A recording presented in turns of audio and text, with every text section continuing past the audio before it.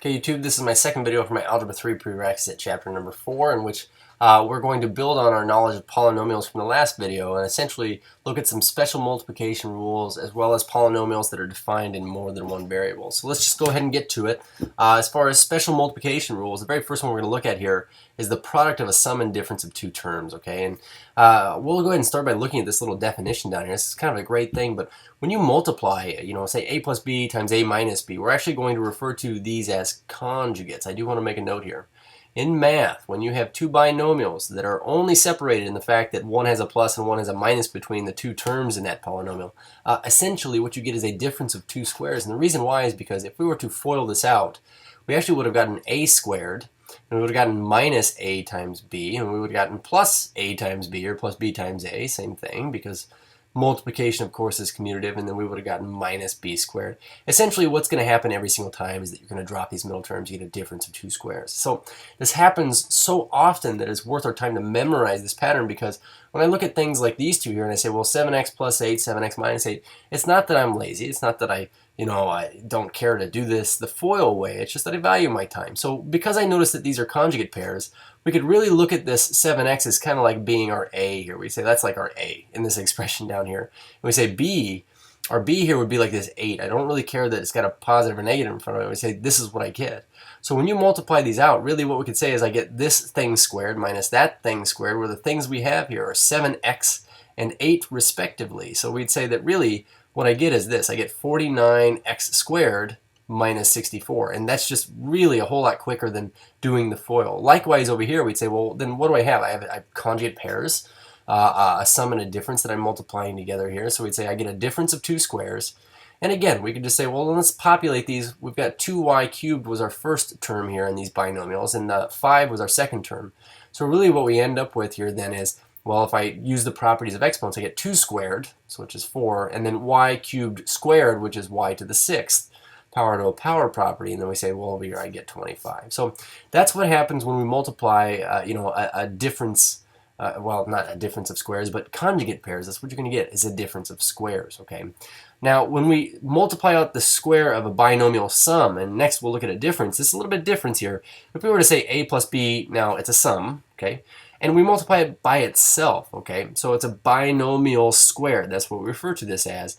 We're always going to get a squared and b squared, just kind of like we did up here. And as a matter of fact, I want to point this out. It's always positive, but you'll always get 2 times the ab term. And the reason why is because, again, FOILing this out, here we a plus b, we would get a times itself for sure on our f, and then on the L, we're always going to get a positive b squared. This is always going to happen. But as far as what's going to occur in the outer and the inner terms here, we're going to get ab and ab. So, when you say, well, what's ab plus another ab? It's just always the case that you're going to get 2 of those ab's. That's what they combine out to be. And so that's what this is basically stating here. So looking this up here, I notice that we have binomials sums squared. Again, I'll point this out like our x here is, kind of serving the place of our a here, whereas our b is kind of being represented by the 10. So if I were to multiply this out, I really get this thing squared plus 2 of those multiplied together, plus the last thing squared, where our first thing here was our x and our last thing here is our 10. Those go without saying. But in the middle here, we're going to say, well, I had x and 10, And this next one we'll do even faster, but we say this is really just x squared plus 2 times x times 10, which is plus 20x's plus 100. This would be our perfect square trinomial because we perfectly squared a binomial to get it. Now this over here, again, we say a is like our 5x here and b is like our 4. But moving very quickly on this one, we can say, well, then I'm going to get 5x times 5x, which is 25x squared in the front. And I'm going to get 16 in the back here with 4 times 4. And then I'm going to get 2 of these things multiplied together. Well, what do they multiply out to be? 5x and 4. Well, that's 20x. And since I'm getting 2 of those, I just say, well, then I know I get 40x's. And this is what this comes out to be. So on that note, let's take a look at the square of a binomial difference. Now, the only difference you see here is essentially this. You have differences.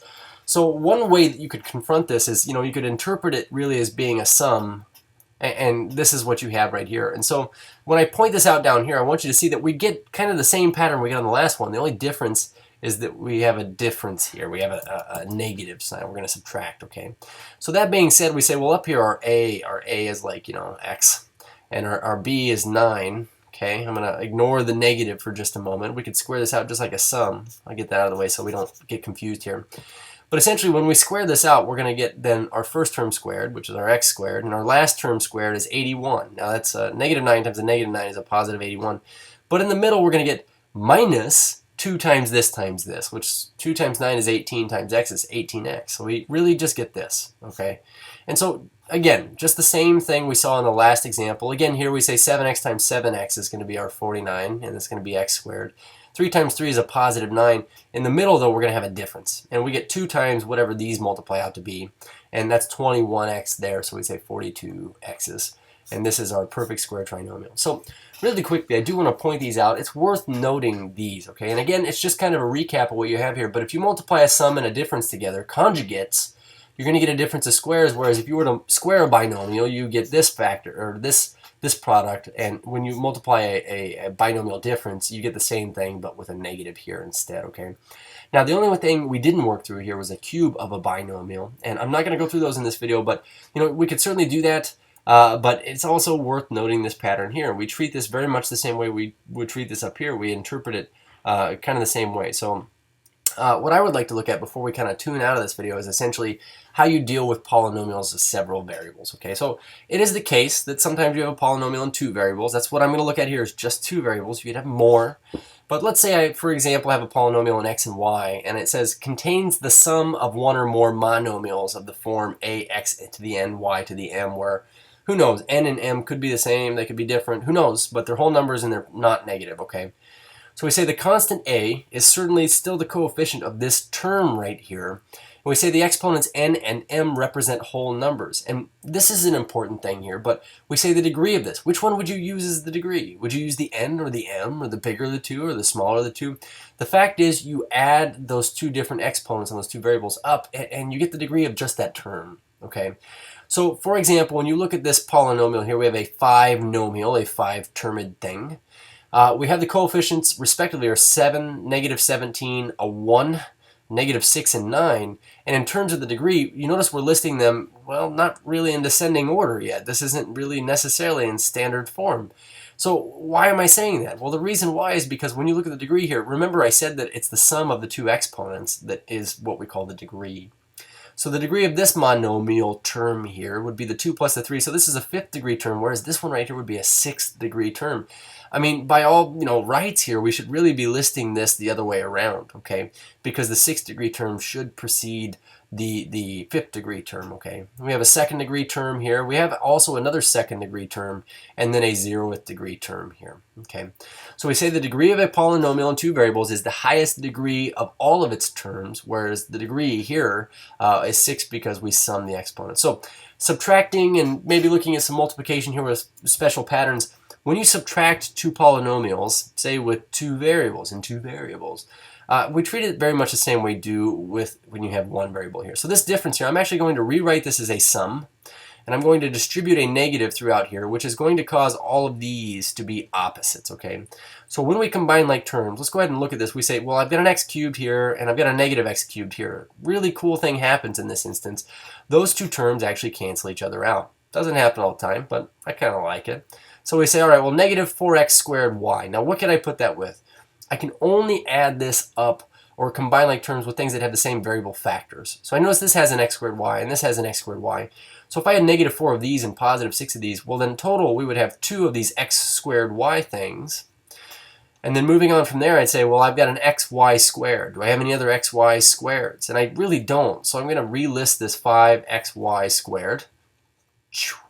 And then I notice here I've got a negative y cubed. Well, I also have a negative y cubed over here. So 2 negative y's cubed is really negative 2y cubed. And I would say that this is sufficiently in order. I mean, we have this sort of in standard form. Everybody here is a 3rd degree term, but this would be our simplified form of that difference. Now, these last 2 examples, I just wanted to look at, how would you treat this in 2 variables? Well, we have a binomial product here, and I notice that it's not a special multiplication pattern here. So I'm just going to go ahead and FOIL this out. I get 7x times 3x's are 21, and then we'd have x squared.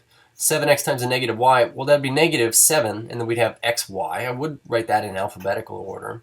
Multiplying these, we get a negative 6 and a negative 3 is negative 18 is their product, and then I'm going to write xy again, not yx, but xy, just kind of a standard thing to do. And then negative times a negative is a positive, where a y times a y is going to give us a y squared. And this would be, for now, just an acceptable way to write this. And then this last one here, you notice that we have a sum, a binomial sum squared. So we get to use one of our special multiplication patterns here. One of them said that we would get this first thing squared in front, this last thing squared in back, and then two of these times each other. So this product here would really be 2x squared plus 2 times 2x times 4y plus 4y, that term squared. Now I'm going to do this a little bit more quickly. We say, well, what's 2y squared? Well, we get 4x squared. And then what's 4y squared? Well, I get 16y squared, and that's in the back. And because this was a sum, I know this is going to be a sum here. And we get 2 of this times this. So 2 times 4 is 8. Double that, I get 16. And then x times y essentially is the type of term we have there. So that's how we deal with polynomials and several variables, and those were some of the special multiplication patterns. Cheers.